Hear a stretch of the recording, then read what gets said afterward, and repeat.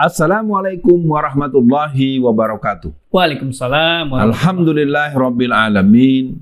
Kita jumpa lagi dalam acara Dibacain Berita. Beritanya mesti banyak yang seru, dan Bung Kameramen mesti sudah menyiapkan. Apaan tuh? Baik Bung Alfian, ini dari republika.co.id, Senin 5 Oktober 2020. Wah, pas ulang tahun saya Bung Alfian. Judulnya, Kokam, Pasukan Anti Komunis Penjaga Aset Muhammadiyah. Pada saat yang sama, pemuda Muhammadiyah juga ambil bagian dalam perlawanan terhadap PKI, termasuk dalam memenangkan hati dan pikiran penduduk dengan menyebarkan pamflet anti PKI di berbagai tempat di Jawa Tengah, Yogyakarta dan Jawa Tengah tergolong hotspot karena selain terjadinya pembunuhan 2 perwira tinggi Korem pada Oktober 1965, Ketua CCPKI Dian Aidit dikabarkan melarikan diri ke Jogja. Rencananya, Jawa Tengah dan Jogja akan dijadikan basis PKI selanjutnya untuk melanjutkan KOP yang telah gagal di Jakarta. Oh, ini Bung Alfian sepertinya beritanya ini bersambung. Ini kebetulan saya baca yang berita ketiga. Nah, tapi Bung Alfian, berarti sejarah Muhammadiyah atau pemuda Muhammadiyah itu erat ya Bung Alfian dengan melawan PKI? Kokam itu kan boleh dibilang laskar atau brigade yang kelahirannya mengalami proses pemantapan. Jadi adalah yang namanya pelatihan kader khusus, yaitu Takari, yang dilakukan pada tanggal 1 sampai tanggal 30 September tahun 1965. Subhanallah, ini pas banget dalam artian ini menjadi satu catatan buat teman-teman Angkatan Muda Muhammadiyah. Itu diselenggarakan di sebuah pusat pendidikan yang bernama Jalan Limau 2, Kebayoran Baru, Jakarta Selatan. Sekarang mungkin dikenal dengan Kampus UHAMKA atau perguruan Muhammadiyah dengan lembaga SD, SMP, SMA yang cukup terkenal itu. Yeah. Nah, gerakan itu diikuti, latihan kader itu diikuti oleh 250 orang. Dan pesertanya dari seluruh Indonesia. Dan diantaranya yang cukup masih bisa disebut, walaupun rata-rata mereka sudah meninggal dunia, yaitu Bapak Sukri Zarkasi sebagai pemimpin Gontor, Pak HS Projokusumo, Pak Lukman Harun, dan Pak HM Ayasin sebagai pentolan pemuda Muhammadiyah yang pernah menjadi tokoh di Jakarta Barat tahun 1970-an.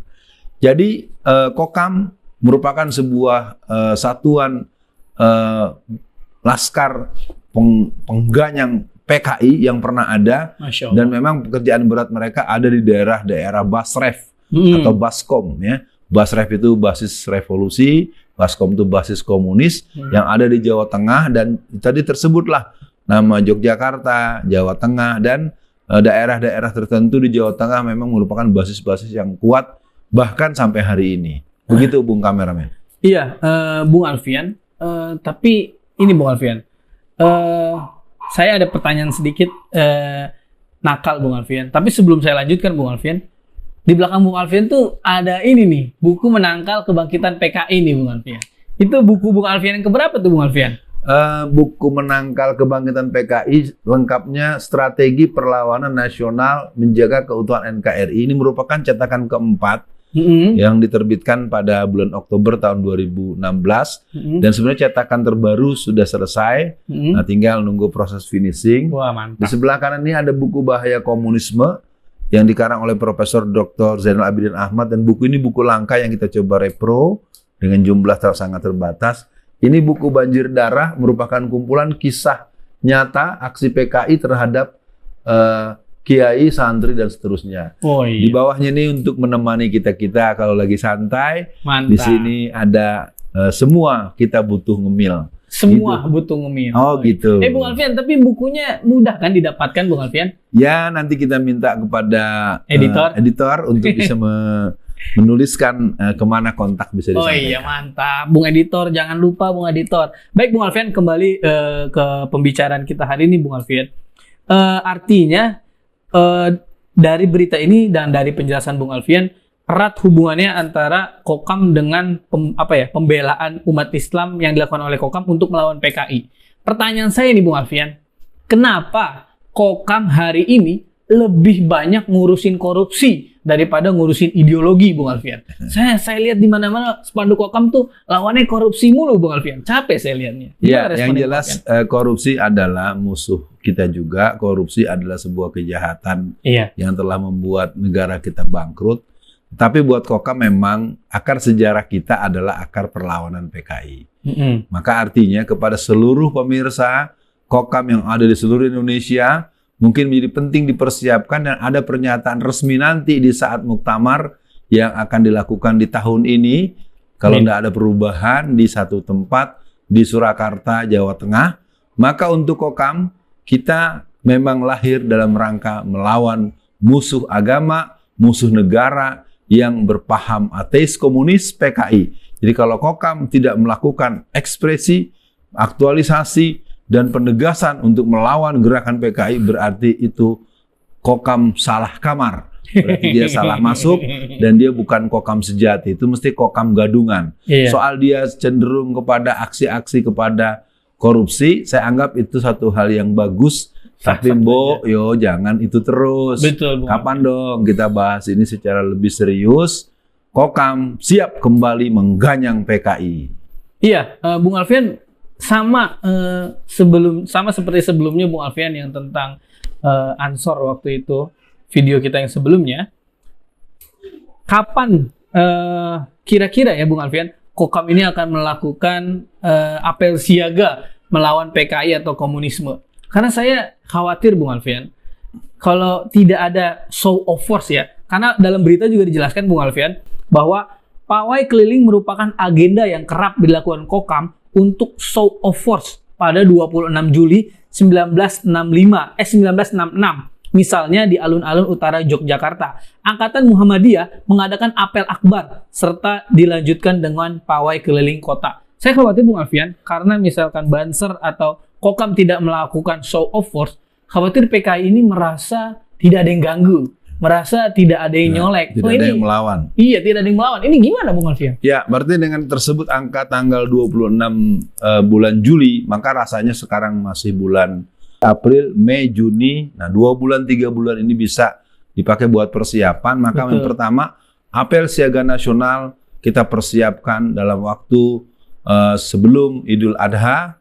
Dan ini tentu menjadi usulan yang bisa dimatangkan. Yang kedua, mungkin apel siaga gabungan bersama Banser. Mantep itu. Jadi bagaimana Kokam dan Banser melakukan apel siaga, menjaga keutuhan NKRI, menjaga kedaulatan NKRI dari anasir imperialis kolonialis Zionis dan kekuatan manapun termasuk gerakan komunis, baik komunis domestik dan komunis dari luar.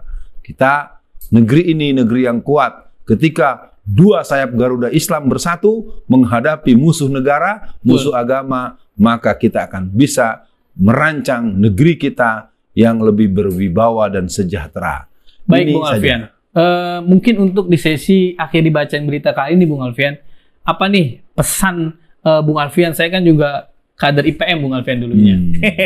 Walaupun jenjangnya nggak kayak Bung Alfian lah ya. Kan kalau kami ini lebih laskar lah ya. Tapi kan ada pemuda Muhammadiyah, ada yang IPM lah ya, ada yang IPM yang pelajar, ada yang mahasiswa. Bagaimana ya Bung Alfian, atau apa nih nasihat Bung Alfian untuk adik-adik lah ya, yang dia masih kuliah atau SMP atau SMA, supaya mereka memahami bahwa Muhammadiyah dibuat atau Muhammadiyah didirikan pasti karena ada perlawanan ideologi atau tentang ideologi lah Bung Alfian. Mungkin ini di akhir. Ya, sebagai penutup perlu dicatat Muhammadiyah itu lahir kan memang sebuah tuntutan sejarah yang mana pertama kelahirannya untuk menghadapi kristening politik, menghadapi kristenisasi. Jadi ini catatan sejarah yang tidak bisa ditutupi bahwa lahirnya Muhammadiyah dalam rangka memberikan perlawanan yang terukur terhadap gerakan Kristen, pemurtatan. Yang kedua ada dominasi ekonomi oleh kaum Cina. Ini sebenarnya perlawanan dari Muhammadiyah dari dulu adalah melawan kelompok Cina sebetulnya, tetapi itu menjadi bahasa yang hampir tidak lagi dikatakan hari ini. Dan yang ketiga adalah pelurusan dan pemurnian Islam menurut ajaran Islam. Nah, kembali ke pertanyaan, apa nasihat buat AMM? AMM itu akronim dari Angkatan Muda Muhammadiyah. Angkatan Muhammadiyah itu ada yang namanya IPM, Ikatan Pelajar Muhammadiyah, yang sempat berganti nama dengan IRM dan kemudian kembali lagi.